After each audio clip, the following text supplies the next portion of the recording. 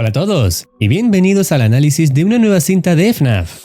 En esta oportunidad seremos testigos de la nueva creación de 12man, un creador de cintas de FNAF donde ya hemos visto varios de sus vídeos previamente, siguiendo la línea de eventos que ocurren en la serie Junior's Archive. La cinta lleva por título Freddy Jr.'s Origins, la cual marca el inicio de lo que posiblemente sea una serie de varias partes. La trama comienza con una escena en una computadora en el año 2009, donde se encuentran grabaciones numeradas del 2 al 8, todas capturadas dentro de la pizzería de Freddy en mayo de 1985. El protagonista decide reproducir la segunda grabación, fechada el 23 de abril del 85. Lo que se muestra son las imágenes de varias cámaras de seguridad ubicadas alrededor de la pizzería durante esa noche. Aparentemente, todo parece normal hasta que una máquina arcade se enciende sola, con la cámara fallando en ese momento. Pronto, se reproduce la grabación del 12 de mayo, mostrando el interior del lugar iluminado, aparentemente cerrado durante la noche. Los animatrónicos ocupan sus lugares habituales, quietos y silenciosos, mientras una persona aún está presente, apagando las luces del establecimiento. Lo que no se sabía hasta ese momento es que esta persona no está sola.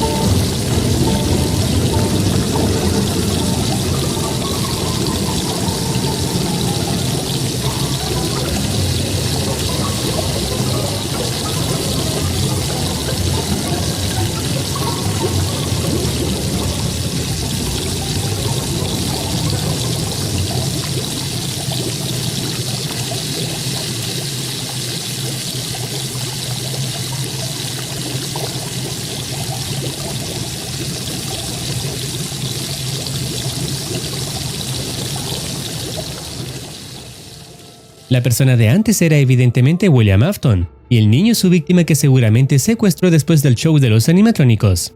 Los rastros de sangre conducen hacia una máquina de freír, que comienza a mostrar errores, indicando que se detenga el proceso debido a que se ha alcanzado el límite de peso permitido para la fritura. Esto sugiere que William Afton había introducido al niño en el interior de la máquina, lo que está provocando el fallo en su funcionamiento. Lo más perturbador de esto es que programó la máquina para freír 40 minutos. En pantalla, aparecen textos indicando que 5 de 6 están preparados, mientras uno está en proceso, con un tiempo restante de 39 minutos.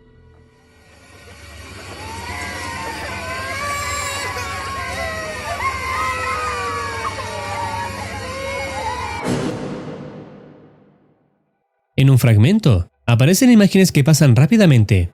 Una de ellas muestra a Foxy con la víctima que William Afton colocó en su interior, quien fue desmembrada el 26 de diciembre de 1984.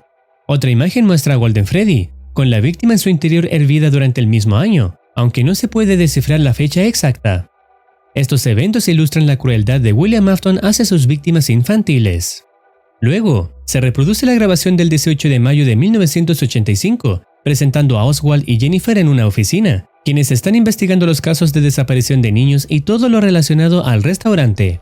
En la pizarra se encuentran anotados datos importantes, como la confirmación de la presencia de gusanos en la comida servida en la pizzería, algo que presenciamos en un vídeo previo, donde una víctima sufrió las consecuencias de ingerir gusanos letales colocados por William Afton. También se encontraron restos de excremento en el local, aunque no se hallaron pruebas que incriminaran a William Afton en su casa ni en ningún otro lugar.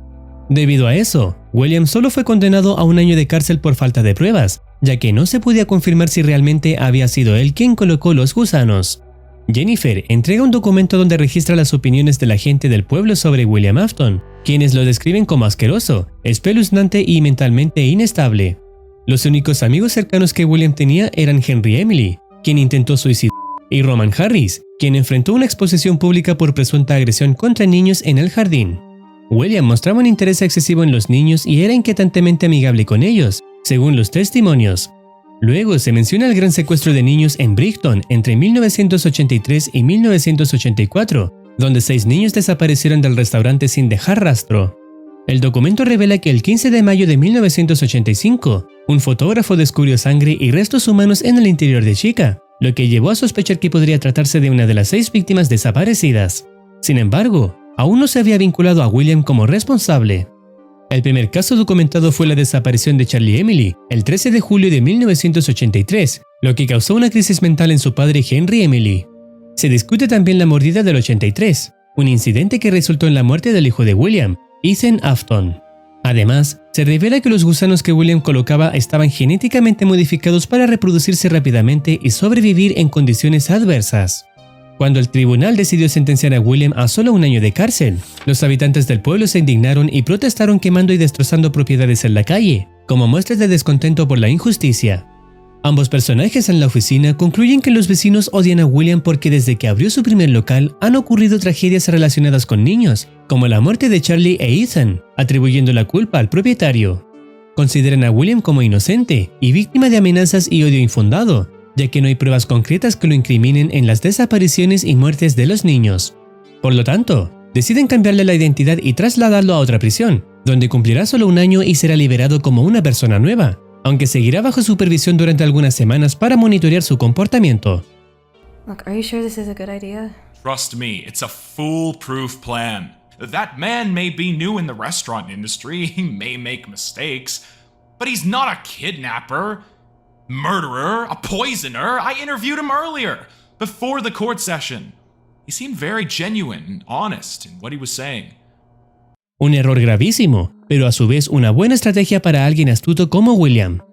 La historia avanza hasta el 5 de octubre de 2009, situando al espectador en una habitación iluminada donde una computadora está encendida.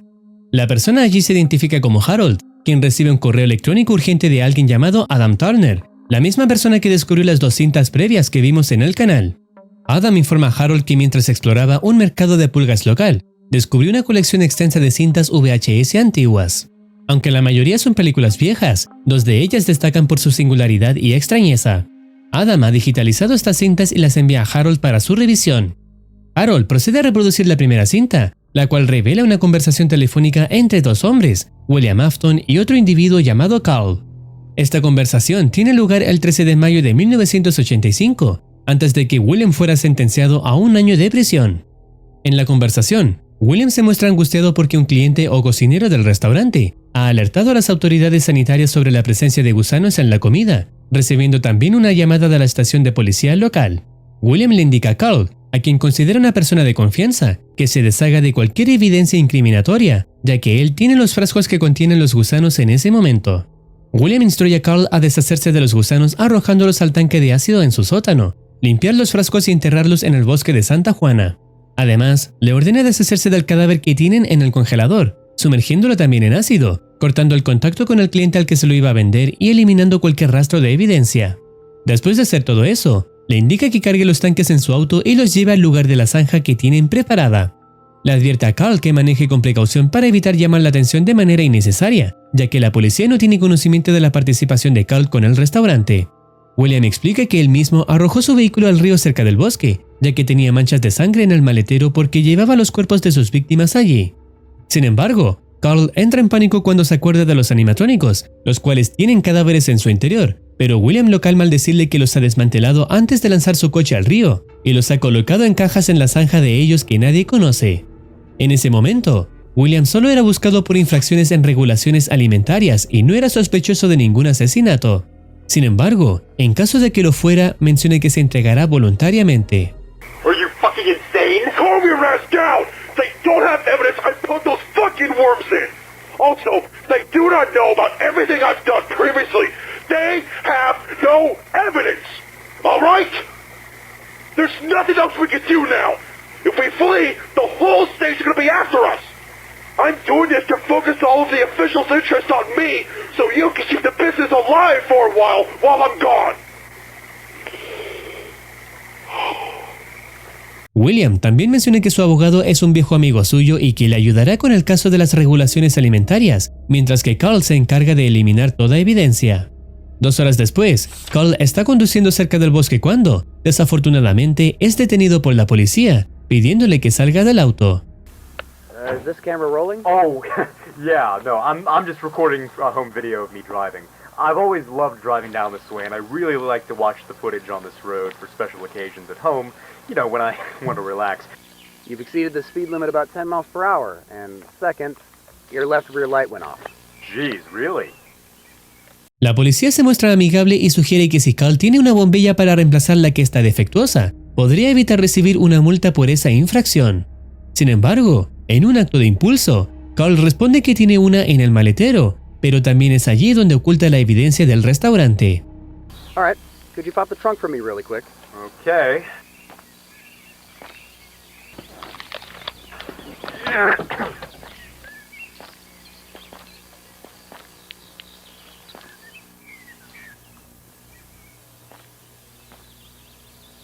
Quite a large tank you have here. Can I see what's inside? Yeah, sure. But just be prepared for a god-awful smell. Listen, I was disposing some old meat from my store, right? And I tried dissolving most of it in hydrochloric acid. But there's still little bits and pieces of the old lamb inside, so it's not gonna smell very good. That's, quite a bizarre way of disposing old meats. I'm not gonna lie to you, you've kind of surprised me. It's like in movies with dead bodies. Am I right?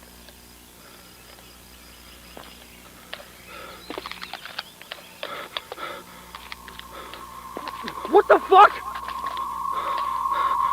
Show me your hands!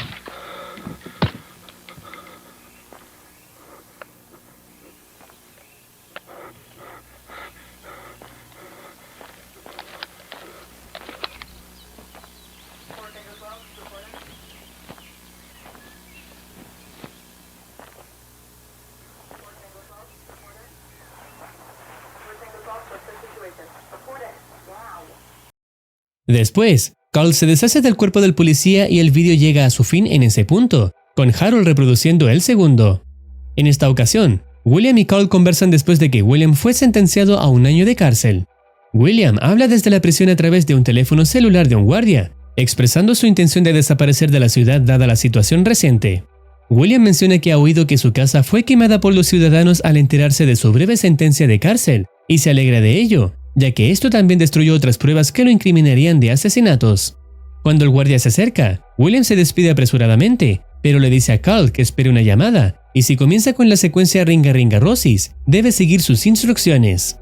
El vídeo se corta para mostrar luego comerciales en televisión, uno de los cuales promociona un restaurante llamado Freddy Jr.'s.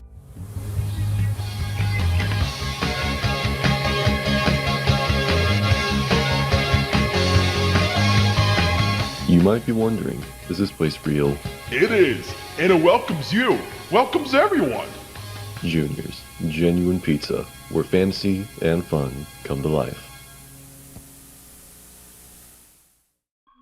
Basándose en lo observado y recordando que William iba a ser liberado con una nueva identidad, no es difícil deducir que el propietario de Junior's es William Afton, bajo un nombre diferente y con un aspecto modificado, ahora estando calvo, encontrándose actualmente en Bellwood, Texas, coincidiendo con la ubicación a la que fue trasladado cuando aún estaba en prisión, según otro vídeo previo que se analizó. Harold concluye la visualización de los vídeos que recibió, pero justo cuando estaba a punto de eliminarlos de su computadora, recibe misteriosamente una llamada telefónica a altas horas de la noche, lo que marca el fin del vídeo en este punto.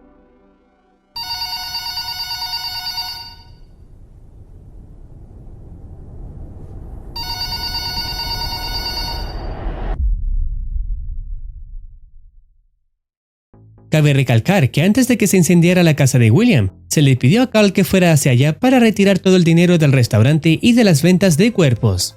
Solo en la próxima entrega podremos saber quién es el responsable de la última llamada. Si no has visto los vídeos previos, donde se presenció el sufrimiento de una víctima que consumió los gusanos y la del guardia que fue asesinado por Mangold, lo dejaré al final del vídeo. Y eso es todo por ahora. Si deseas opinar algo, no dudes en comentar. No olvides activar campanita para estar al tanto de nuevas actualizaciones. Cuídense, los quiere Muercitine.